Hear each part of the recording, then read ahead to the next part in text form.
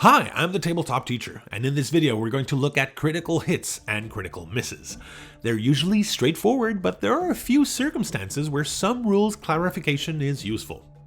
A finalized attack roll of 2 6s is a critical hit. Finalized means after all game effects that might have forced a reroll, like probability control, or changed the result of a die, like what Trelane can do, have resolved. So after everything's done, both faces have to show a 6. When that happens, all targets become hit, and you increase the damage dealt by 1 to each target. How does this affect the game? Well, it means quite a few things actually. First, even if your character had an 8 attack value against a character that had a 21 defense value, a critical hit would be successful. It doesn't matter if you needed more than 12 to hit the opponent, a critical hit is successful. Also, if the opposing character can use super senses or mastermind, it cannot use it, because the target becomes hit. The part of these powers that says when this character would be hit is circumvented, if you will, by the critical hit. And lastly, you increase damage dealt by 1 to each target. Note that this is not a modifier, so the rule of 3 doesn't apply here.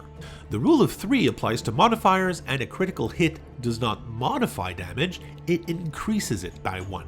Let's say Aquaman targets Black Manta with a close object attack using this demolition ball, while being adjacent to Duke Thomas, who has Empower, for a total of +3 modifiers to damage.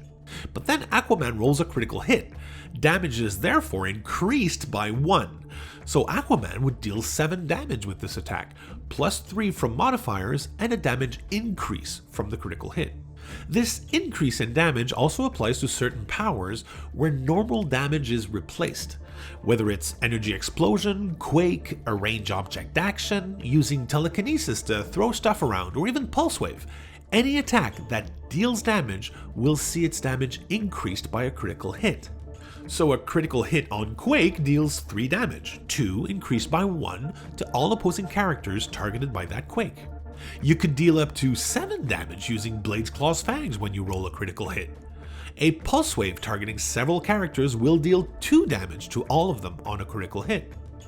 It's important to keep in mind that a critical hit does not add damage to an attack that doesn't deal damage in the first place. It's an increase in damage, and increasing nothing is still nothing.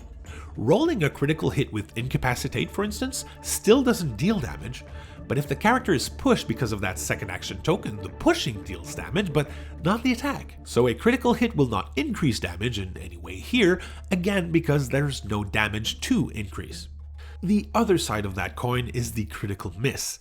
A finalized attack roll of 1-1 is a critical miss.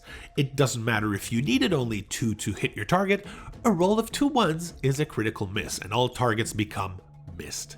On top of that, the character for which you roll those unfortunate snake eyes is dealt 1 unavoidable damage immediately after whichever action required the attack roll resolves. This is true for any attack roll. Contrarily to the critical hit, it doesn't matter if the attack would have dealt damage or not, a critical miss from mind control will give that character a splitting headache of 1 unavoidable damage.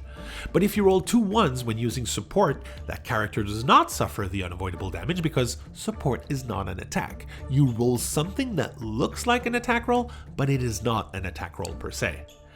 Whenever there's a proper attack roll, a critical miss will hurt you even if the attack doesn't deal damage. That's pretty much it for critical hits and misses. I hope that clears some stuff up for you. Share your thoughts in the comments below. Make sure to like this video, subscribe to the channel, and support it on Patreon if you can. And as always, thanks for playing with me.